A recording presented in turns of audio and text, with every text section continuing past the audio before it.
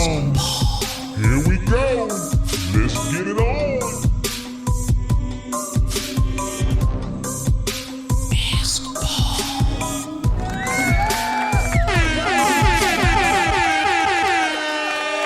What up, what up, what up? Hey, everybody. Welcome to another episode of Let's Ask Paul, the podcast where I, Paul Abernathy, attempt to answer your pressing electrical code-related questions, either in a email or, if selected, on an upcoming podcast, much like today's podcast. Hey, I want to thank everybody out there first before I get too deep into this. I want to thank everybody out there that's gone over to Sparky Mafia and signed up for an account on our message board or our new forum type of thing or whatever you want to call it. It's kind of very TikTok-ish, but it's pretty neat. It's free. You can go sign up on it. But I also want to thank everybody that has helped us out by purchasing some merch, whether it's our stickers or you picked up our minimalist wallets. So I appreciate it. If you're a master electrician, a journeyman electrician, or whatever, and want to pick up one of these minimalist wallets, I love mine. I've had it for over a year and a half, and we have them available over on SparkyMafia.com if you want to pick them up. Of course, you can also get them over at FastTrackSystem.com as well, but SparkyMafia.com is probably the easiest place to pick them up. And I think we have more designs over at Sparky Mafia than we do over on FastTrackSystem.com. I believe that is true. Okay, we're going to get into some questions today that were submitted. Again, I'm trying to catch up to these questions. So again, if you've been waiting for your question to be answered, I'm going to get to them. Just give me a little time. There's an awful lot of them. So we'll just have to slowly get through them a little bit at a time. But remember, if you got a question and you want to send it in, just go ahead and send it. Go to paulabernathy.com. That's the website, Paul Abernathy, ABERNATHY.com. And that's a portal where it's sponsored by Wix, so it doesn't cost you anything. And you can submit your question on there. I'll remind you, if you're a Fast Track student and you're asking something about your program or a question in the course, make sure you let me know that you're a student, that type of thing, over when you submit your question on paulabernathy.com, so I can kind of make sure that I validate you and then in order to bump you to the top of the list. Okay?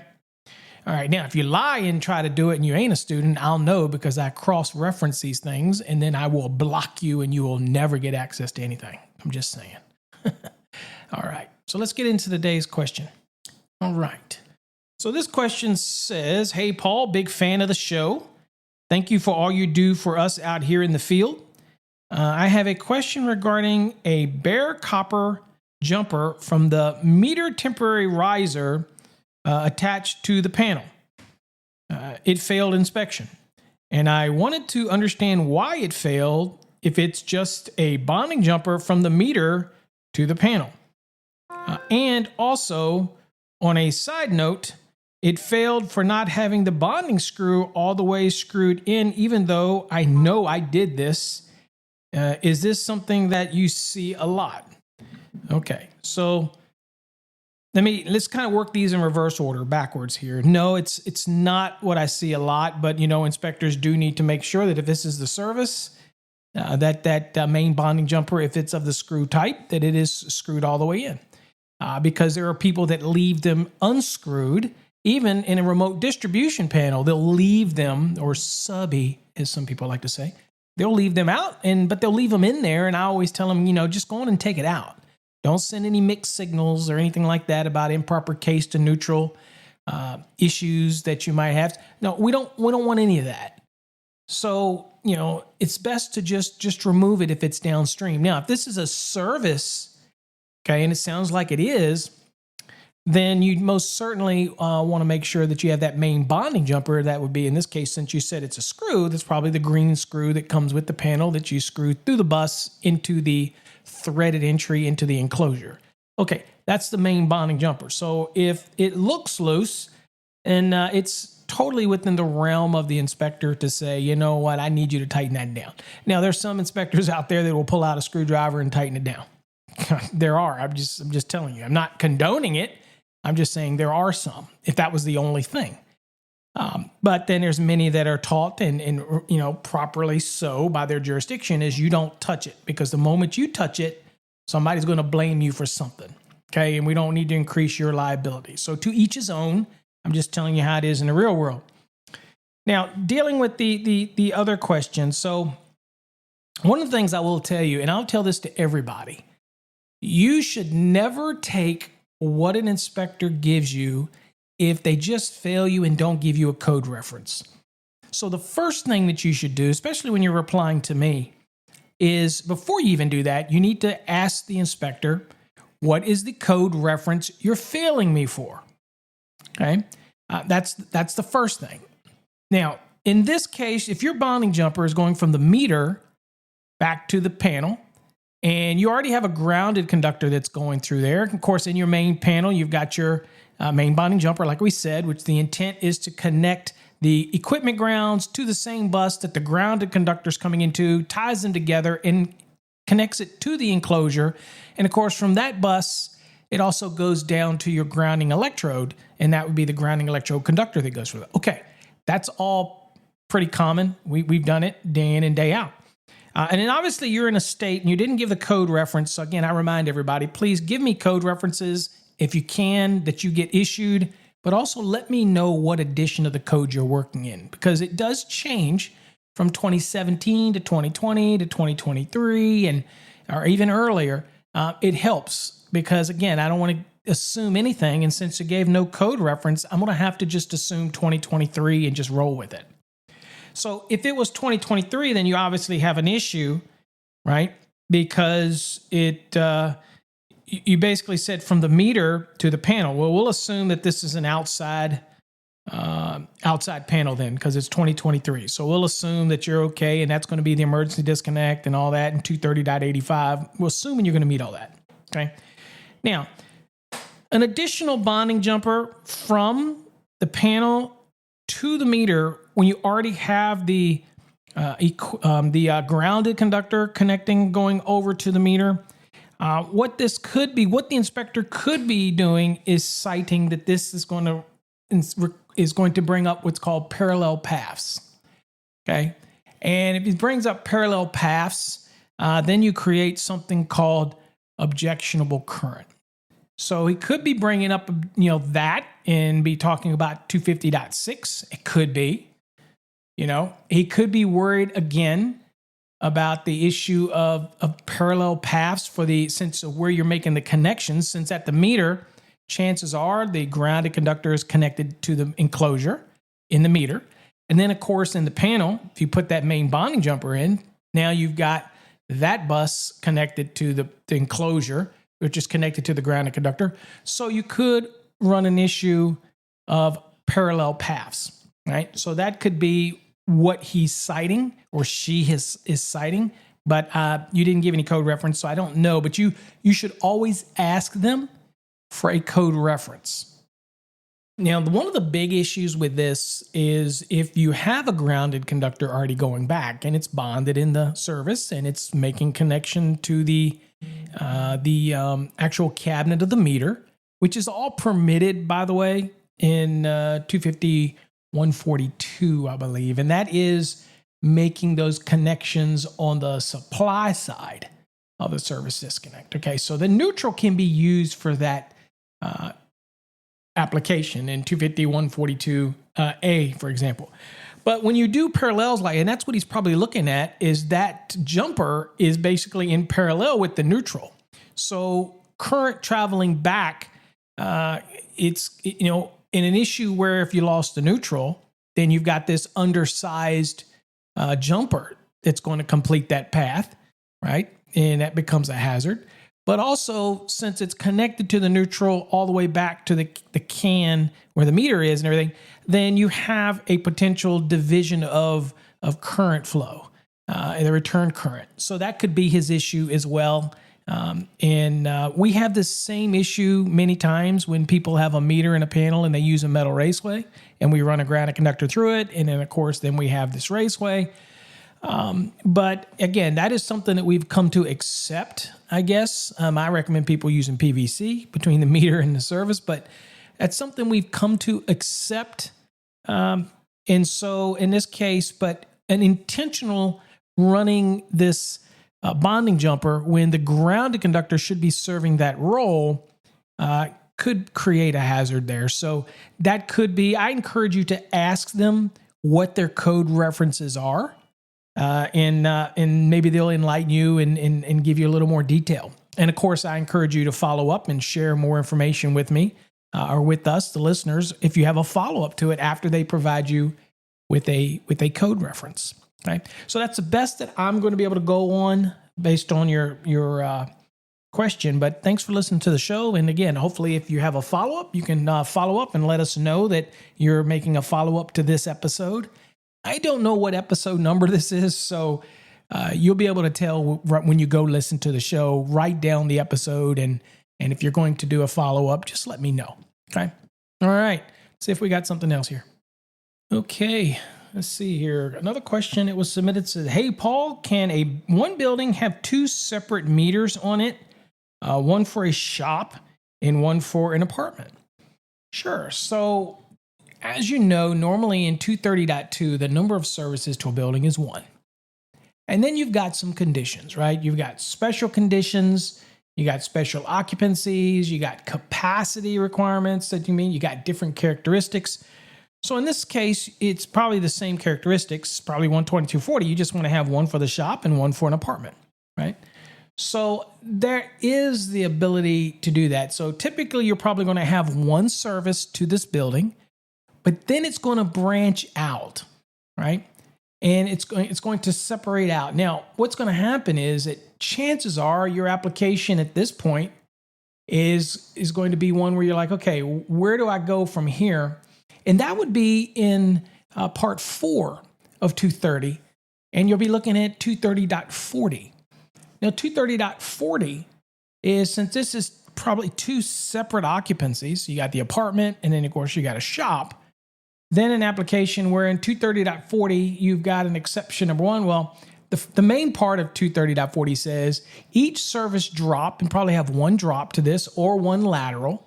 Okay, so it says each service drop or set of overhead service conductors, set of underground service conductors, or service lateral shall supply only one set of service entrance conductors.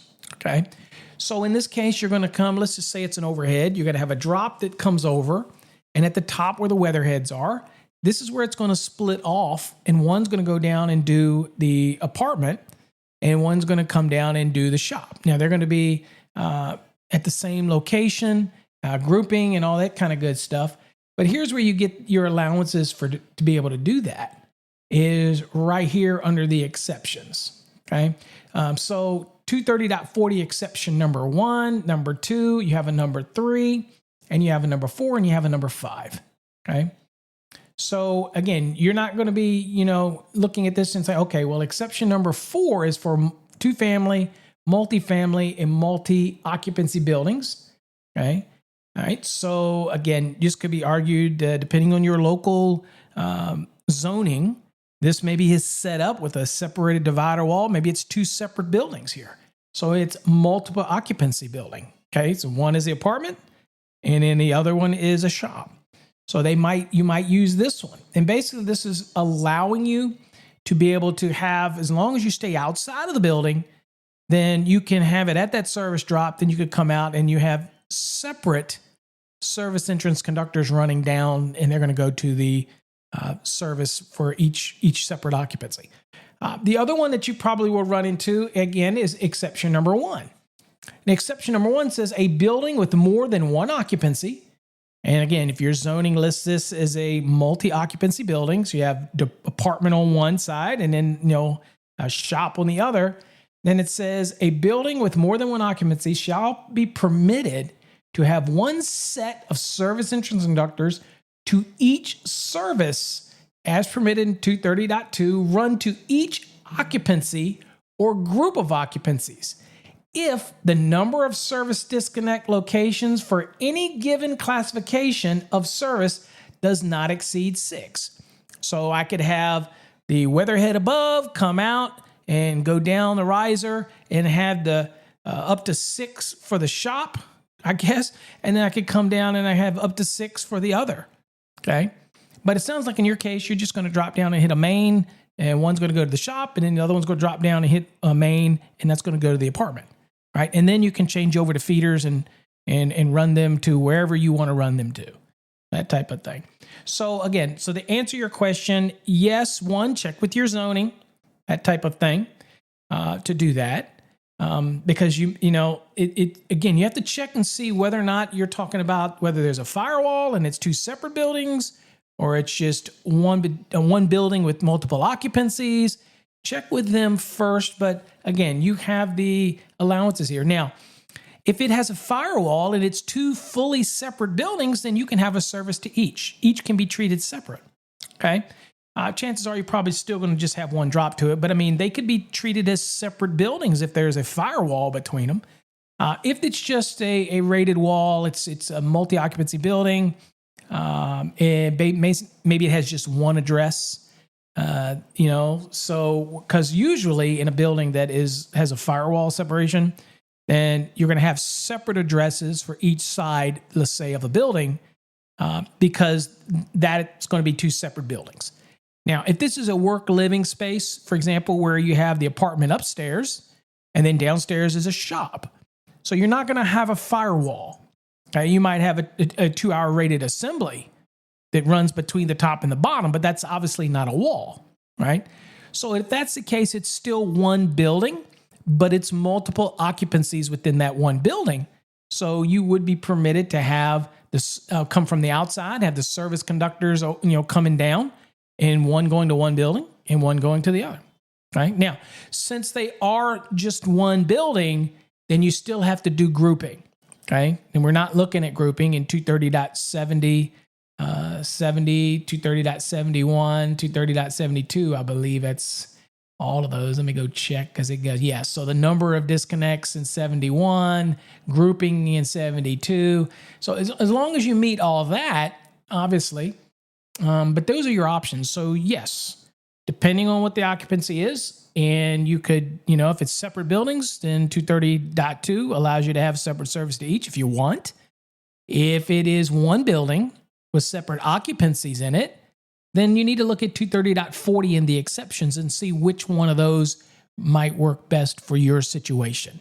And as always, have a discussion with your AHJ to make sure that everybody is on the same page, that type of thing. Okay. Hopefully that helps you out with that.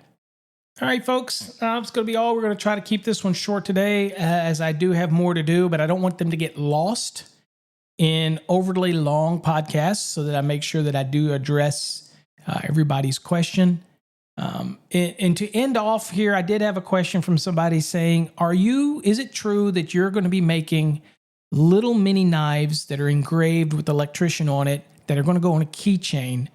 Okay, so they're going to be neat little knives, and they're going to be very convenient and neat, and they're one-offs. They're engraved by us here with a fiber laser, and they're going to be available over on SparkyMafia.com as well as FastTrackSystem.com. They will be available in the next couple weeks as we fine-tune the fiber laser down and get the way we want it. And we have a lot more graphics that we're going to be coming out with.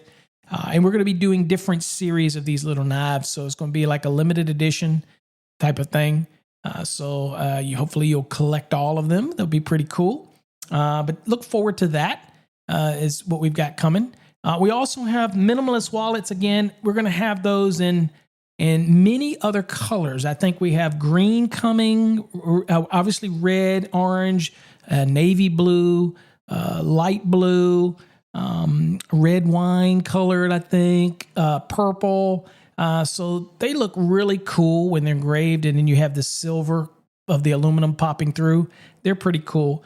And we will have some more designs here coming out here in the next week or two. And they'll all be available to see online and make your selection if you're interested in those wallets. I love my minimalist wallet, and they're by far our best seller of the little knick-knack stuff that we offer. So anyway, also coming soon, we have the little pocket 46-in-1 type of neat little thing to keep in your minimalist wallet. You can keep it in there or in your pocket. And it's awesome. It's a screwdriver, a wrench, a cutter. It just got a lot of stuff, and it's pretty neat. Yeah, it's a novelty thing, but it's pretty cool. So they'll be available.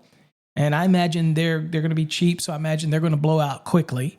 So just keep looking for that. It's going to have our Sparky Mafia logo etched on it, so that's going to be pretty cool. And we have some limited edition flasks coming out. I'm a softie for a neat little flat pocket flask, not like the kind of curved ones you normally would see. These are a little unique, and these are going to hold 9 ounces. Okay, so that'd be awesome. That's a good amount to put some bourbon in or some Jack in and mix with some Coke, some Pepsi or Coca-Cola. It's nice to have, right? Especially with the, first of the year, it's going to be nippy out there. So anyway, and not condoning drinking on the job. This is for after hours, okay? So anyway, check those things out. We have so many more things coming over at SparkyMafia.com. Go get your free account. We have a neat message board system now, or kind of like an interactive system that you can post pictures and illustrations and comment, and it's pretty cool. So go get it. It's free. Doesn't cost you anything to join. So check it out. All right, folks, that's it. Next time, we'll chat at you. Remember, send your questions in to paulabernathy.com, PaulAbernathy.com. Till next time, stay safe. God bless.